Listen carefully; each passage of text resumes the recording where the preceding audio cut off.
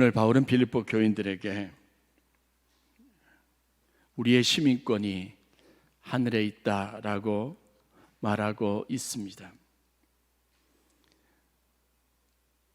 이 마음이 예수 그리스도와 연합한 우리의 삶을 위해서, 또 그렇게 소망하는 우리의 인생을 위해서 얼마나 중요한지 그 사실을 다시 한번 일깨워 주고 있습니다. 여러분의 시민권은 하늘에 있음을 믿으시기를 간절히 축원합니다. 시민권이 하늘에 있다, 우리가 하늘의 시민권자다라는 이 짧은 표현들이 굉장히 신앙생활과 관련된 풍성한 묵상들을 우리들에게 가져다 줍니다. 저는 오늘 여러분들과 함께 하늘의 시민권이 우리의 삶에 주는 도전과 격려를 함께 묵상해 보려고 합니다. 일반적으로 시민권이 무엇인지를 이해하는 것이 필요합니다. 대한민국 헌법에서는 시민권과 국적의 구분을 따로 두지 않습니다. 그러니까 국적, 그것을 우리가 꼭 시민권이라고 말할 수 있습니다. 한 나라나 국가에서 시민으로서 국가의 관계에서 법적으로 보장받고 있는 권리, 그리고 누릴 수 있는 모든 권리들에 대한 총합이 시민권이라고 하는 말 안에 담겨져 있습니다. 그러니까 우리의 법적 소속이 여기 대한민국에 있는 것처럼 우리의 법적 소속이 하늘에 있다라는 사실들을 믿는 겁니다. 그러면 국가가 우리에게 보장해주고 우리의 삶의 자유를 누릴 수 있도록 여러 가지 많은 조치들을 취하는 것처럼 하나님께서 역시 우리의 통치자로 그분의 권리를 행사하시고 우리에게 마땅한 의무를 행하신다는 사실들을 다 이 시민권이라고 하는 말이 포함하고 있다는 겁니다. 시민권을 소유하기 위해서 우리가 일반적으로 내거는 조건들이 무엇인가를 살펴보면 아주 간단하죠. 출생지여야 하는 거예요. 거기서 태어나야 하는 겁니다. 본인이 출생하지 않으면 부모가 거기서 출생을 해서 시민권자 혹은 국적자로 살면 태어나는 자녀가 자연스럽게 국적 혹은 시민권을 취득하게 됩니다. 저는 해외 생활을 오랫동안 해봤기 때문에 이 권리를 갖는다는 것이 굉장히 중요하다는 것을 잘 알고 있습니다. 해외에 거주하는 사람들, 이민자들, 선교사들이 이 권리를 취득하고 정당하게 법적인 보호를 받으면서 한 나라에 속하여 있기 위해서 굉장히 복잡하고 많은 노력들을 기울입니다. 제가 선교지로 있었던 곳에서는 1년에 한 번씩 비자를 갱신을 합니다. 이 비자는 체류할 수 있는 권한입니다. 그런데 이것은 굉장히 피곤하고 힘든 일인데 시민권 혹은 국적을 가진 사람은 그것과 관련 없이 그냥 계속해서 그곳에서 마음껏 국경을 넘어도 되고 또 어떤 특별한 시점에 제한을 받는 것도 아니고 그렇게 지낼 수 있습니다. 최소한대로 제가 루마니아에서 비자를 받기 위해서 체류 허가를 받기 위해서 1년에 한 6개월 정도는 계속 이 비자 관련된 일들에 신경을 써야 합니다. 거기다 소요되는 예산도 만만치 않습니다.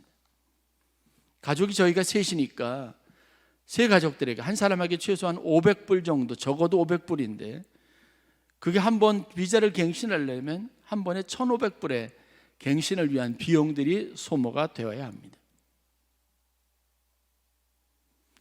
굉장히 큰 스트레스죠. 그리고 잘 보호를 받지 못하는 문제가 있습니다. 그러나 국적자 혹은 시민권자를 취득한 사람은 이런 스트레스로부터 자유롭고 국가로부터 정당한 자기의 권리를 주장하고 요구할 수 있습니다.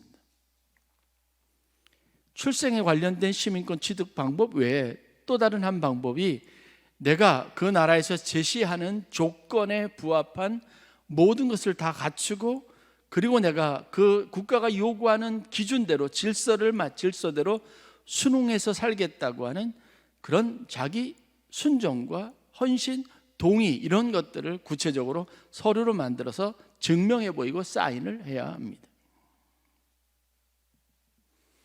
개인적으로 자기가 어떤 삶을 살았건 어떤 문화를 가지고 있었건 그것은 중요하지 않고 최소한 그 나라 국적자로 시민권자로 살기 위해서는 그 나라가 요구하는 기준에 적합해야 하는 겁니다.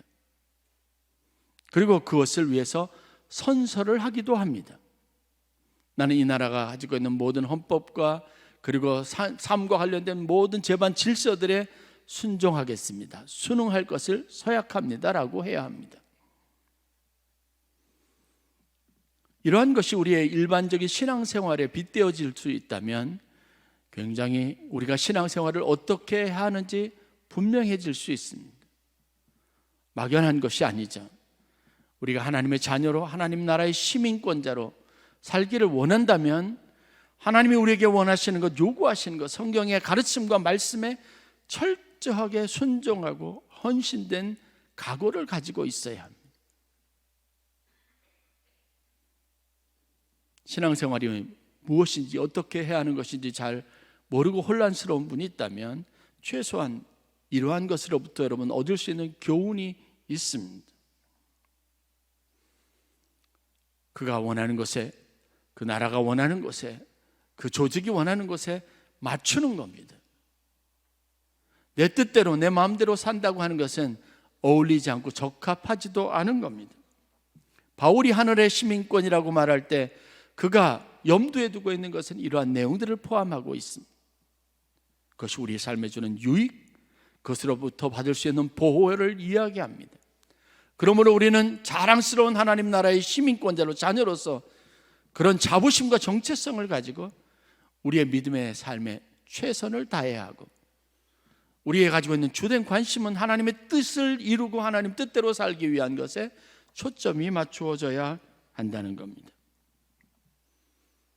일반적으로 시민권자가 그러면 어떤 혜택을 누리는 줄 아십니까? 왜 우리가 그 나라의 해당 국가의 어떤 특정한 나라의 시민권자가 되기를 위해서 애쓰는 줄 아십니까? 그 나라가 우리가 원하는 것을 충분히 제공해 줄 수 있는 장점을 가지고 있기 때문에 그렇습니다. 다시 말해서 시민권자를 얻는 것은 혜택을 보려고 하는 겁니다. 한국에서 난민이나 이런 것에 대한 개념이 익숙하지 않은데 서구 사회에서 유럽이나 미주 사회 같은 경우는 난민이나 시민권 이거에 관련된 굉장히 밀접한 관심들이 사람들에게 팽배해 있습니다. 미국 시민권이나 캐나다 시민권, 호주 시민권, 이 시민권이 가지고 있는 가치가 한국 돈으로 대략 2억에서 3억 정도가 된다고 합니다. 한국에서 우리가 살 때 2, 3억 정도 이 돈의 가치를 다른 나라 미국이나 아니면 캐나다나 호주에 살 때 이 가치를 가지고 살아가게 될 수 있는 거예요. 그만큼의 혜택을 우리에게 가져다 준다는 겁니다. 아이들이 교육의 기회를 제공받지 않습니까? 그 나라에 가면 지금 남북이 이 상황처럼 고조된 상황처럼 긴장이나 불안감이 없습니다. 사회가 훨씬 더 많은 우리의 삶의 자유를 보장하고 기회를 제공합니다. 과연 여러분들에게는 신앙생활이 하나님의 자녀가 된다는 것이 여러분들에게 어느 정도의 가치가 있는지를 되물어 볼 필요가 있는 겁니다. 바울은 지금 우리의 시민권이 하늘에 있다라고 말하면서 그것이 우리 삶에 가져다 주는 특권과 혜택과 축복에 대한 관심을 갖도록 성도들을 촉구하고 있습니다. 한 나라의 시민권을 가짐으로 그 국가가 나라가 우리에게 제공하는 것이 보호, 보상, 돌봄이라고 하는 이 큰 세 가지 카테고리로 나누어 볼 수 있습니다. 하나님도 우리에게 자녀가 될 때 우리를 보호하신다고 말씀하십니다. 눈동자와 같이 보호해 주신다. 그 보호의 의미가 때로는 요새가 되기도 합니다. 큰 산성이 되기도 합니다. 여러분이 어느 가 있든지 무엇을 하든지 하나님이 여러분을 지켜서 안전하게 해주시는 겁니다. 우리가 하나님의 자녀 되었을 때 우리의 시민권이 하늘에 있을 때 우리에게 하나님 주시는 혜택이죠. 하늘의 시민권은 그래서 실질적인 가치가 있습니다.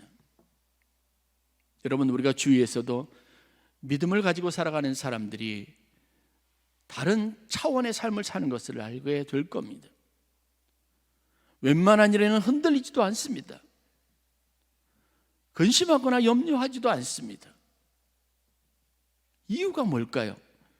그 사람이 하나님의 자녀 그리스도인이라고 하는 것 때문에, 그 마음에 품고 있는 자신감 때문에 그렇습니다. 그 자신감의 근본은 어디냐면 바로 우리가 하나님의 자녀라고 하는 이 분명한 신앙 고백에 기초를 두고 있는 겁니다. 하나님이 여러분의 보호자가 되심을 믿으시길 바랍니다. 또한 하나님께서 여러분들에게 여러분이 하나님 나라의 시민권을 취득하면 그것에 합당한 보상을 주셔요. 마음껏 여러분들이 일할 수도 있게 하시고 기회도 주시고, 그를 통해서 여러분들이 원하는 것을 얻게 하십니다. 그게 성경에 나와 있는 축복의 약속입니다. 신명기의 핵심을 이루는 가르침이 무엇입니까? 이스라엘 백성들이 가나안 땅에 들어갈 때 너희들이 너희 자녀들에게 가르쳐야 할 것을 구체적으로 명시하셨던 내용이 바로 그겁니다. 너희가 내 말을 듣고 나의 계명을 지키면 그 다음에 하나님께서 약속, 보상을 주십니다. 하나님은 우리의 인생에 축복하시는 분이십니다. 그리고 세 번째가 바로 돌봄이죠. 교육제도를 통해서, 사회보장제도를 통해서, 의료 혜택을 통해서 우리를 돌봅니다. 학교에 가서 배우게 하고, 그리고 국가가 의료 시스템을 제공해서 병원에서 질병이 걸렸을 때 치료받게도 하고, 그리고 사회가 재난을 당하거나 어려움을 당하면 거기에 해당하는 것으로 돌봄을 제공합니다. 하나님이 우리를 돌보시지 않습니까? 눈동자와 같이 세밀하게 돌보십니다. 그러므로 우리가 믿음을 갖는다는 것은 캐나다나 미국이나 호주의 시민권을 얻는 것보다 훨씬 더 큰 유익이 있다는 것이 우리의 신앙이 되어야 합니다. 바울 당시를 회상해 보면 왜 바울이 빌립보 교인들에게 시민권이라고 하는 단어를 사용해서 그들을 권면하는지를 명확하게 알 수 있습니다. 바울 스스로는 당대 최고의 권리라고 말할 수 있는, 사람들 누구나 갖기를 원했던 로마의 시민권을 소유하고 있었던 사람입니다. 로마의 시민권자들이 누릴 수 있는 혜택에 대해서 일반적으로 다음과 같은 법적인 보호 조치가 있습니다. 첫 번째는 합법적으로 항상 재판을 받을 권리입니다. 누구든지 임의로 그가 로마의 시민권자인데 그가 어느 나라에 살았던 상관없이 로마의 법에 의해서 그가 판단을 받게 되어 있습니다. 만약 그가 유죄로 판결되더라도 체면을 당하거나 사람들 앞에 수치를 당하지 않도록 보호받을 권리가 있었습니다. 잔인한 형벌을 당하지 않을 권리도 있었습니다. 자백을 받아낼 목적으로 사람들이 고문이나 채찍 등도 할 수 없었습니다. 여러분들이 잘 아는 것처럼 사도 바울이 잡혔습니다. 유대 땅에서, 이스라엘에서 종교 지도자들에 의해서 체포가 됐습니다. 그가 여기저기 불려다니면서 그의 신변 처리를 쉽게 하지 못했던 이유, 그래서 그가 결국은 로마까지 가서 재판을 받게 된 이유가 뭐냐면 그가 바로 로마 시민권자였기 때문에 그렇습니다. 그래서 어떤 부당한 일을 당하게 되면 내가 로마 시민권자다 말했습니다. 그리고 가이사 앞에 가서 재판을 받게 해달라고 요청을 해서 결국은 여러분 이스라엘 땅에서 로마로 호송이 되게 된 겁니다. 오늘 본문의 토대가 되는 빌립보에서도 로마 시민권이 가지고 있는 위력을 발휘한 적이 있습니다. 바울이 빌립보에 가서 루디아와 그 여인들을 그들에게 복음을 전하고 교회가 성장을 합니다. 폭발적인 부흥의 역사가 있었습니다. 그런데 그들이 그 빌립보 성에 있는 사람들, 특별히 점을 치는 사람들, 이 사람들에게 복음을 전해서 주인들이 자기 이익의 수단이 끊어진 것을 알고 화가 나서 단체로 고발을 해가지고 바울과 실라가 감옥에 갇히게 됩니다. 그때 모진 매를 맞고 손발이 다 착고에 차이고 정말 힘들고 어려운 시간을 보냈는데, 여러분 아는 것처럼 빌립보 감옥에서 바울과 실라는 찬송했습니다. 이유가 있었죠? 하나님이 계셨기 때문에 그렇습니다. 옥문이 열리고 기적과 같은 사건이 있었습니다. 그런데 여러분, 바울과 실라가 정작 풀려날 수 있었던 이유가 무엇인지 아십니까? 사도행전 16장에 보면 옥문이 열려서 사도 바울과 실라가 그것으로부터 무사히 빠져나왔다라고 기록하지 않습니다. 옥문이 열리자 간수장이 두려워서 떱니다. 그런데 바울과 실라는 안심하라고 그들을 타이르고 옥문에서 탈출하지 않습니다.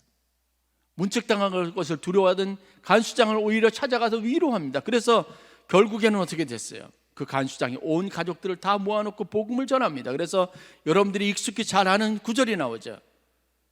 주 예수를 믿으라, 그리하면 너와 내 집이 구원을 얻으리라. 그렇게 해서 간수장의 집에 구원이 있었습니다. 복음을 전하고 그들에게 세례를 베풀었던 겁니다. 그리고 빠져나가지 않고 다시 감옥에 그 자리를 지키고 있었습니다. 그런데 어떻게 나왔는지 아십니까? 로마의 시민권이 힘을 발휘한 겁니다. 사도 바울이 자신들을 놓아주라고 판결했던 장관들에게, 빌립보 장관들에게 사람들을 보냈습니다. 당신이 로마의 시민권자인 나를 함부로 재판도 하지 않고 무조건 잡아서 옥에 가둔 것은 큰 실수를 한 거라고 말하면서 나를 내보내려거든 정당하게 찾아와서 나를 데리고 나가라고 요청을 합니다. 잡힌 자가 당당하게 요구한 겁니다. 그래서 결국은 이 사실을 접해들은 장관들이 깜짝 놀란 성경에 보니까 급히 바울을 찾아와서 사죄하고 미안하다고 말하고 그를 에스코트해서 성경에 보면 루디아의 집으로 데려다 줬다라고 기록하고 있습니다. 시민권이 이토록 힘이 있었습니다. 그런데 여러분들이 아는 것처럼 빌립보 교인들에게 편지하면서 사도 바울은 이 모든 내가 가질 수 있는 혜택도, 로마의 시민권의 이 지위도 내가 다 해로 여기고 배설물처럼 여겼다라고 말한 겁니다. 빌립보 성도들은 그가 로마의 시민권이라는 것이 얼마나 그에게 큰 힘이 있었는지 실질적으로 본 사람들입니다. 그런데 바울 자신은 이거보다 더 큰 권리가 하늘에 있다고 말한 겁니다.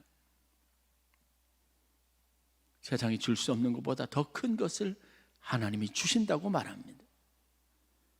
신앙생활을 잘 하고 싶다면 여러분, 오늘 우리의 신앙생활에서 혼란스럽지 않고 요동치는 것 없이 담담하게 하나님이 주신 그 십자가의 길을 가고 하나님이 주신 영광의 몸을 힘입기를 원한다면 여러분들도 이 믿음을 가지시길 주의 이름으로 간절히 축원합니다.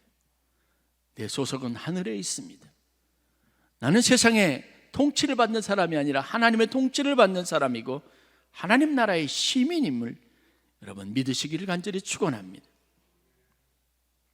오늘 본문에 보면 그럴 때 그리스도께서 우리의 연약한 몸을, 나약한 몸을 영화롭게 변화시켜 주실 것이라고 사도 바울이 고백합니다.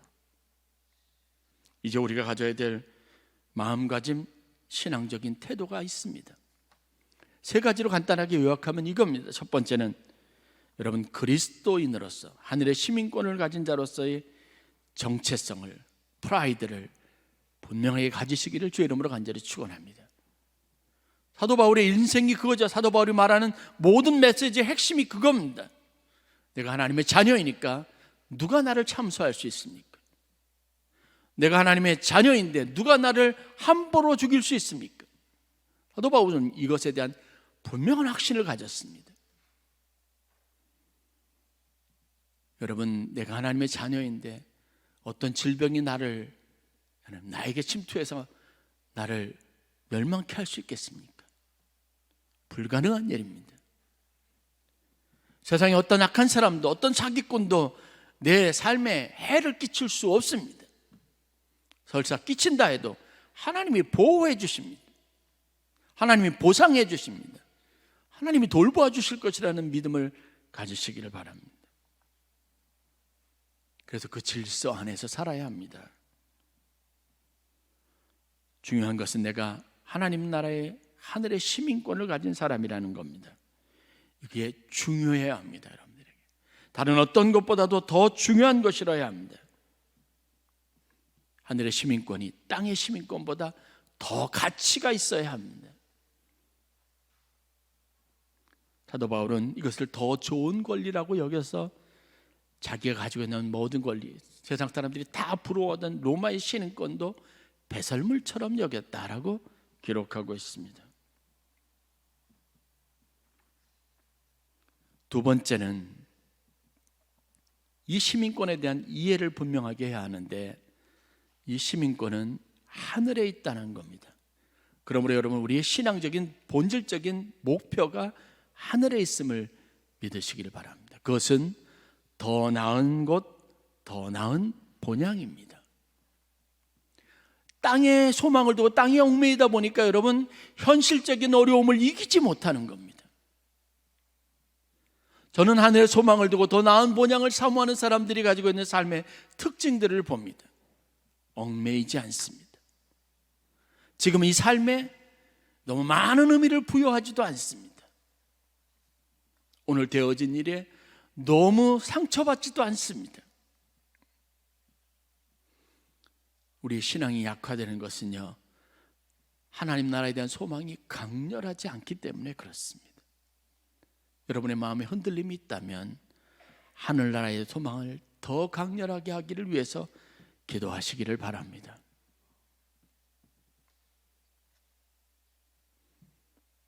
더 좋은 것이 있으면, 더 나은 것이 있으면 지금 이것에 연연하지 않고 지금 내 손에 있는 것, 내가 사는 것도 다 아낌없이 포기할 수 있습니다.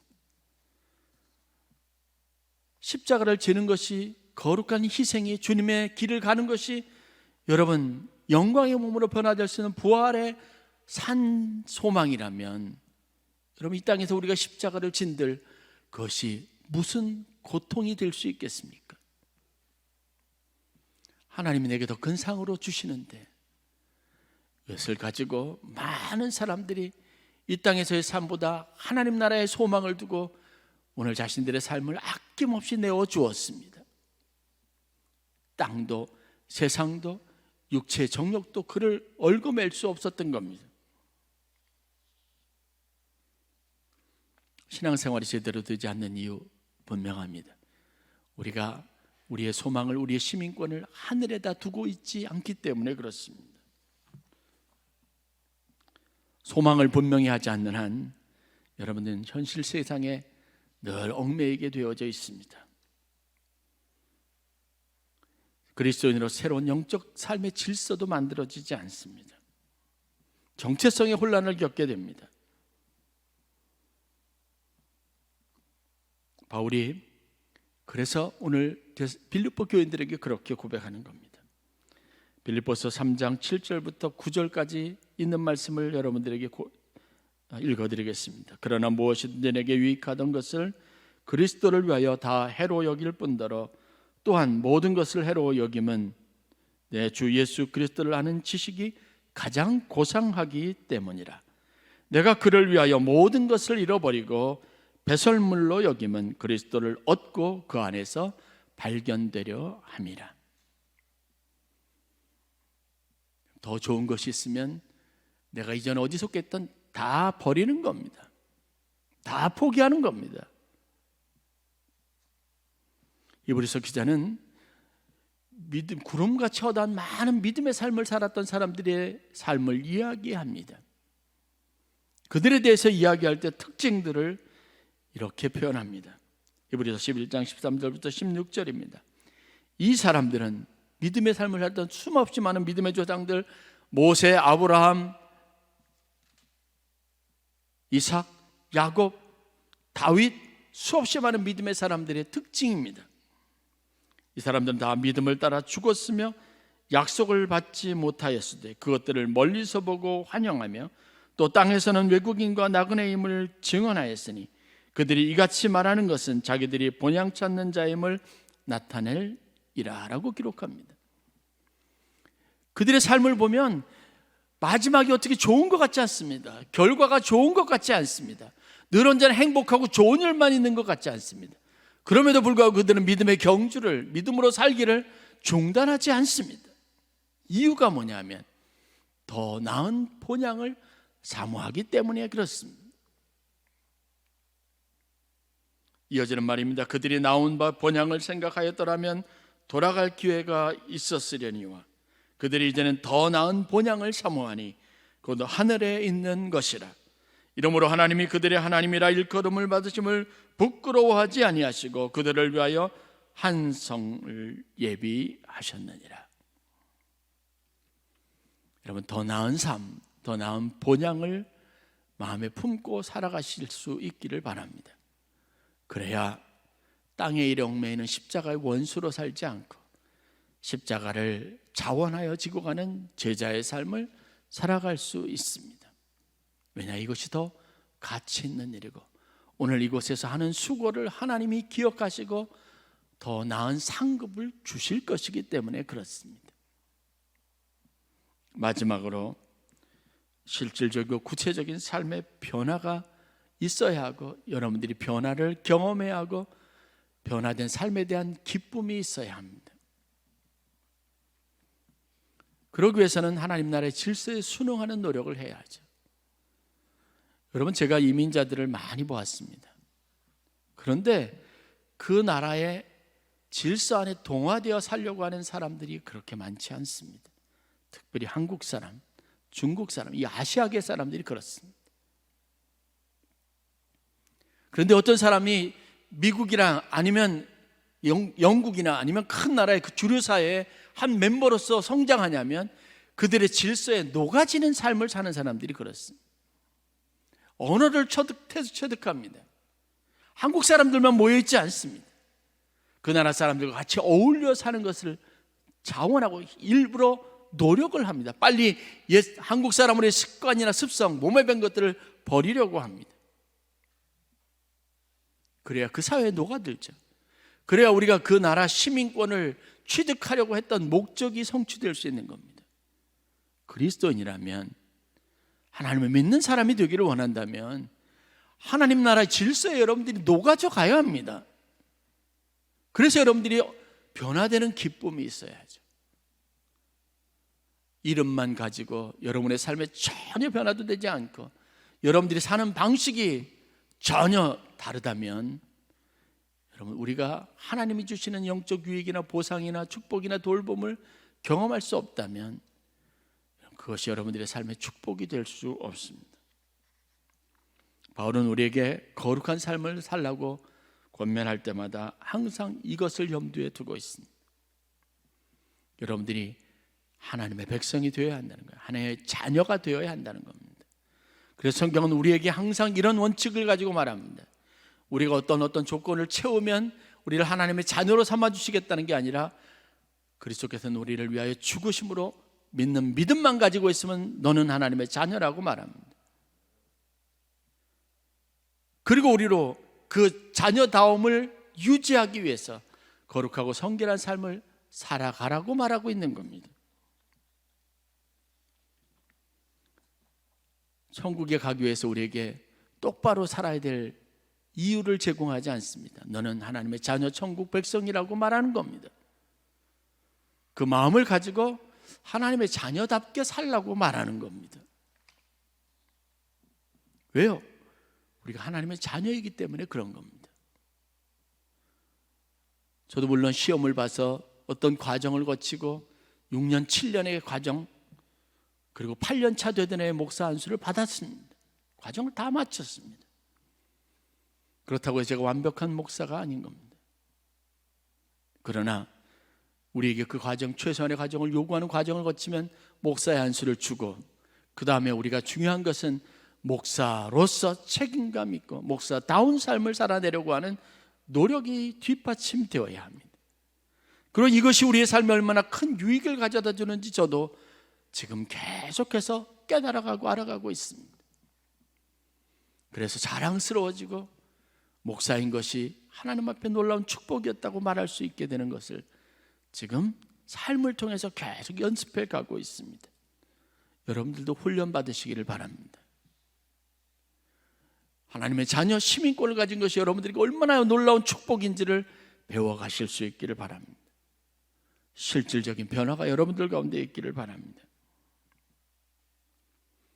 기독교는 이 세상 사람들이 살아가는 삶과 다른 더 높은 차원의 목적을 삶의 목적으로 가지고 있는 겁니다. 다른 사람들처럼 다 그렇게 하라고 하는 게 아니라 우리는 다른 사람들처럼 그렇게 살지 않고 그보다 더 나은 결단과 더 나은 모습으로 살아가기를 힘쓰는 사람들이라는 걸 한시도 잊어서는 안 됩니다.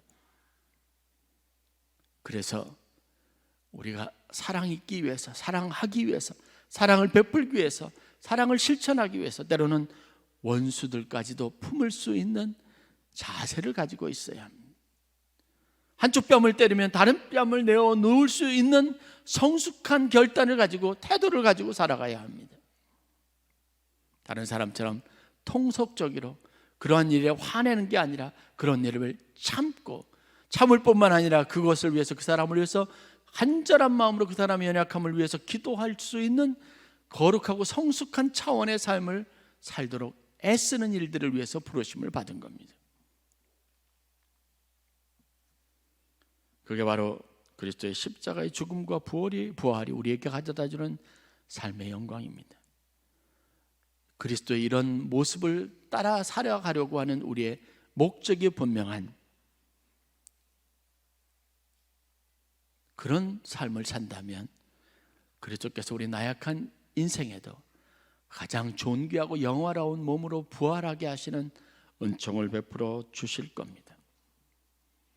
아브라함이 그랬던 것처럼 하나님이 우리에게 주실 거룩한 터전이 있음을 믿는 믿음을 가지고 오늘도 여러분들이 그 본향을 향하여 나아가는 거룩한 순례의 길에서 하나님의 도우심과 보호하심과 축복과 그리고 돌보시는 은총을 경험하면서 살아가는 놀라운 축복이 있기를 주의 이름으로 간절히 축원합니다.